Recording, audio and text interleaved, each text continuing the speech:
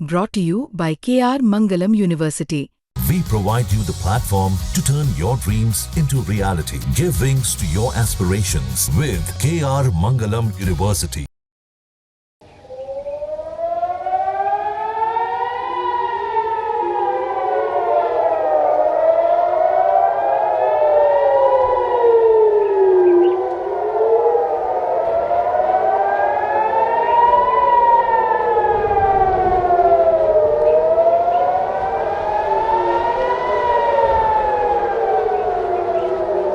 नमस्ते, जय हिंद। भारत तक देख रहे हैं आप। और इजराइल पर एक बार फिर ईरान की तरफ से नए खेप का हमला हो गया है।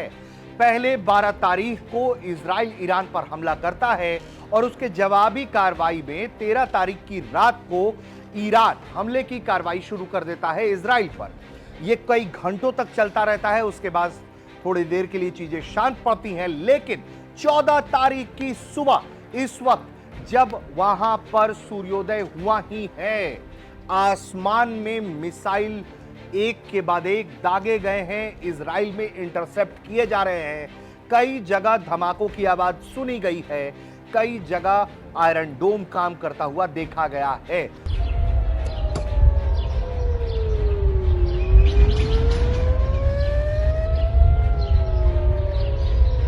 और ये सब कुछ बिल्कुल सुबह सुबह हो रहा है। ईरान के द्वारा जो मिसाइलें, जो ड्रोन्स अटैक फिर से किए गए हैं, यानी कि एक ये नया वेव ऑफ अटैक है जिसमें ईरान ने जो कहा था कि जो उसका ऑपरेशन ट्रूथ प्रॉमिस है वो कंटिन्यू रखेगा और उसे वो रोकने वाला नहीं है, क्योंकि ईरान को इस बार इजराइल ने सबसे बड़ा नुकसान दिया है। उसके टॉप मिलिट्री कमांडर्स, उसके चीफ, उसके न्यूक्लियर साइंटिस्ट, सबको इजराइल ने टारगेटेड अटैक में मार दिया है, जिसके बाद ईरान अब बदले की कार्रवाई कर रहा है। और लगातार ईरान के कई अलग अलग जगहों से ये मिसाइलें दागी जा रही हैं इजराइल पर, जिसमें हमने आपको तस्वीरें दिखाई हैं कि कैसे तेल अवीव, जेरूसलम, हर जगह ये मिसाइलों का अटैक हो रहा है। और इसमें अब तक 2 लोगों की मौत हो गई है, 40 से ज्यादा लोग घायल बताए जा रहे हैं।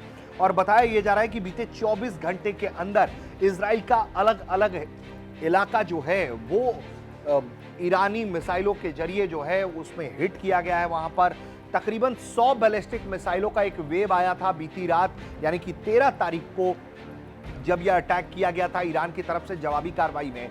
उसके बाद अब ये फिर नई तस्वीरें जो हैं वो ये बता रही हैं कि बिल्कुल युद्ध जैसे हालात हैं, जहां दोनों देश एक दूसरे पर मिसाइलें मार रहे हैं, इंटरसेप्ट्स कर रहे हैं। लेकिन सबसे बड़ा जो सवाल है कि क्या ये आधिकारिक रूप से अब युद्ध मान लिया जाए या फिर इसके बाद बातचीत हो जाएगी, शांति का जो स्कोप है वो रहेगा। क्योंकि अब तक हमारे पास जो जानकारी है उसके मुताबिक लगातार इस वक्त सुबह में लगातार सायरन्स बज रहे हैं, धमाकों की आवाज तेल अवीव में सुनी जा रही है। बताया यह जा रहा है कि तेहरान के अंदर भी कुछ इजराइल कर रहा है, लेकिन अभी तक इसकी कोई आधिकारिक घोषणा नहीं हुई है। वहीं इसके पहले बीती रात ईरान के द्वारा लगातार एक मिसाइलों का जत्था जो है वो इजराइल पर मारा गया और उसमें लगातार उसके कई ठिकानों को निशाना बनाया गया। इसके पहले इजराइल ने ईरान के एयर बेसिस को, उनके एयर डिफेंस सिस्टम को, सबको हिट किया था, उनके चीफ्स को हिट किया था, जिसमें ईरान के इस्लामिक रिवॉल्यूशनरी गार्ड कॉर्प्स के हेड भी हैं। और जिस तरह से उनके एयर बेसिस पर स्ट्राइक किया गया है वो बड़ी बात है। उसे भी, इजराइल के भी एयर बेसिस को निशाना बनाने की कोशिश की जा रही है। और लगातार ये एक्टिविटी देखिए आसमानों में दिख रही है। तस्वीरें जो हैं वो बिल्कुल खौफ पैदा करने वाली, बताने वाली कि अगले कुछ ही घंटों में ये हो सकता है कि हालात और बद से बदतर हो जाएं और ये स्थिति चलिए सामने खड़ी हो जाए, जहां बिल्कुल युद्ध जैसे हालात आपको नजर नहीं आए, बल्कि युद्ध ही होता हुआ नजर आए। क्योंकि अभी तक सिर्फ मिसाइलों का एक्सचेंज हुआ है दोनों देशों में और टारगेट्स को अटैक करने की कोशिश की गई है। लेकिन जिस तरह से इजरायली नागरिक की मौत हुई है, 2 नागरिकों की मौत है, 40 से ज्यादा लोग घायल हैं। अब इसके बाद क्या करेगा, क्योंकि ईरान के भी जो आंकड़े सामने आए थे उसमें यह बताया गया था तकरीबन 78 लोगों की मौत हुई है, 300 से ज्यादा लोग घायल बताए जा रहे हैं। तो वहां भी ईरान को नुकसान हुआ है, अब इधर इजराइल को नुकसान हुआ है। आगे क्या होगा ये देखना होगा, लेकिन पल पल स्थिति बदल रही है और सिर्फ खतरा इस बात का कि क्या अब ईरान और इजराइल अगर वाकई में युद्ध ही कर बैठते हैं तो मिडिल ईस्ट का क्या होगा। अमेरिका चुपचाप बैठा रहेगा, इजराइल की थोड़ी बहुत मदद करेगा या फ्रंट लाइन पर आकर लड़ेगा, ये सब कुछ देखना होगा।